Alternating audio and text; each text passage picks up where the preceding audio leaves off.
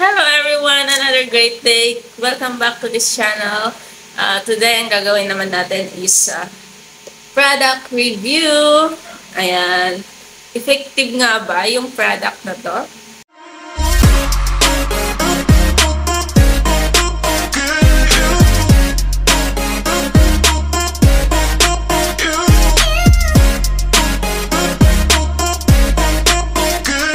Ayan. So, familiar po ba kayo nito? Nakikita natin sa TikTok. Ito yung King of Ginger Shampoo. Ayan. So, way back last month, diba? October 7, ayan. Umorder ako nito. Isa lang yung in-order ko, pero buy one take one pala siya. So, meron siyang kasamang conditioner na dumating. Ayan. Binala ko lang po siya ng 100 pesos sa TikTok. Naka-sale po siya. Kasi nga, di ba, I think, di ba, pag naka-sale yan sa TikTok shop, parang, bigay mismo yan ng TikTok shop para sa mga sellers. So, ayan, nabili lang po natin ng 100 pesos. Yes, King of Ginger. And, ayan, made in China. Di ba? Di ba, nagbo-browse ako sa TikTok, and then nakita ko tong, product na to. Maganda raw sa, sa anit, sa dandruff, di ba? Pag nagda-dandruff ka, pag nahuhulog yung hair mo, parang ganun siya. So, ayun, na-interesado ako kasi nga ako yung nahuhulog yung hair. Ganun, nabudol po tayo. So, anyway, nagamit ko na siya for 1 month. Actually, ayan na siya, ubos ko na to. Paubos na siya. Ito naman, ubos na din po siya. Ayan, mabilis siyang naubos yung conditioner kasi nilalagay ko talaga madami sa aking hair.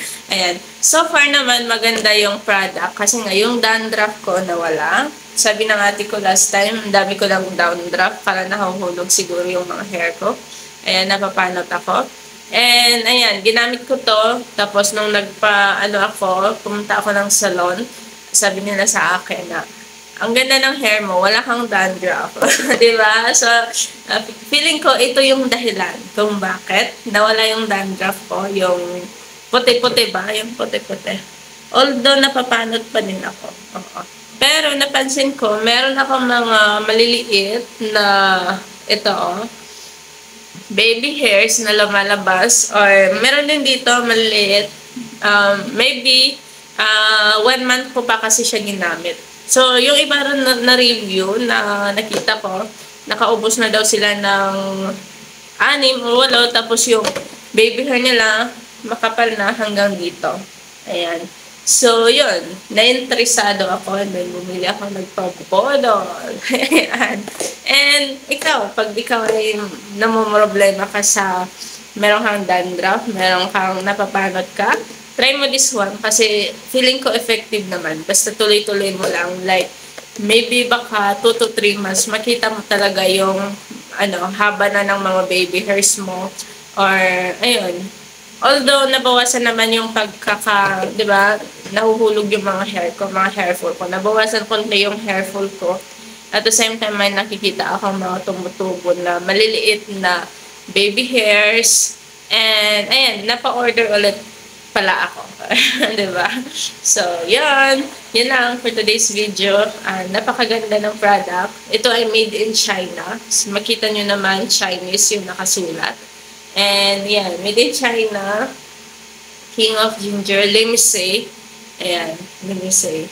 So, 500 ml na siya. And, parehas lang 500 ml. Ayan. So, pag sa online kayo makabili, makakamura kayo ng ng presyo kasi nga most of the time naka-sale sila. Ayan, naka-sale. Ibig sabihin nun, pag naka-sale, 'di ba? Parang bigay ni TikTok 'yan para sa mga online sellers. Ayan. Alright. Thank you so much, guys, and don't forget to like, comment, and share. Mag-comment kayo dyan kung nagustuhan niyo yung product nito. Ako mismo nagustuhan ko siya. So, susubukan kong ituloy-tuloy kung ano pa yung mas magandang effect sa aking hair. So, yun lang. God bless. Bye!